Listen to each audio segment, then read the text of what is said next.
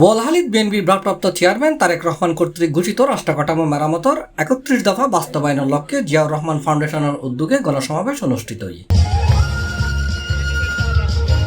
December ২৮ তারিখ শনিবার বিকালে উপজেলা চরণদ্বীপ ইউনিয়ন পরিষদ মাঠে জিয়াউর রহমান ফাউন্ডেশন আহ্বায়ক মোহাম্মদ রহমত আলী চৌধুরীর সভাপতিত্বে এডে প্রধান অতিথি হিসেবে উপস্থিত আছেন চট্টগ্রাম দক্ষিণ জেলা বিএনপির সাবেক আহ্বায়ক আলহাজ আবু সুফিয়ান। অনুষ্ঠানত প্রধান বক্তা আছেন উপজেলা বিএনপির সদস্য সচিব হামিদুল হক মান্নান চেয়ারম্যান, উপজেলা কৃষক দলের আহ্বায়ক মোহাম্মদ বাবরউদ্দিনের সঞ্চালনায় বিশেষ অতিথি হিসেবে উপস্থিত আছেন মোহাম্মদ কামাল উদ্দিন, শাহ আলম, আনোয়ার হোসেন রিপু, গিয়াসউদ্দিন, আবু সিদ্দিক, আবুল বশর, কামাল উদ্দিন, আলী রাজা, গোলাম হোসেন নান্নু, মোহাম্মদ বেলাল হোসেন ও আবু বকর সিদ্দিকী। অনুষ্ঠানত বক্তব্য রেখে জসিমউদ্দিন মেম্বার, আজিজউদ্দিন, মোহাম্মদ নুরুল কবির মেম্বার, জাহেদুল ইসলাম মেম্বার, মোহাম্মদ ওসমান, সাইদুল আলম, সেলিম শিকদার, ইলিয়াস, সাজ্জাদ, মামুন, সাকিবুল ইসলাম সহ আরো বহুত কেউ।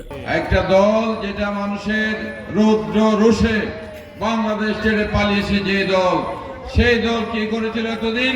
মুক্তিযুদ্ধের সোল এজেন্ট হিসেবে নিজেদেরকে দাবি করেছিল, ঠিক না? ৩১ দফা বাস্তবায়নের জন্য প্রতিটি ওয়ার্ড, প্রতিটি গ্রামে যাওয়ার জন্য আমরা বলবো, আমাদের যে নির্বাচনের সময় আসতেছে, আমরা কিভাবে জনগণ থেকে ভোট আদায় করবো।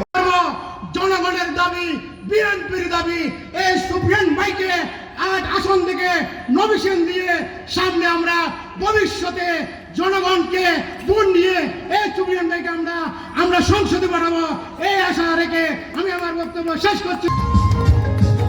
C plus TV, Chittagong.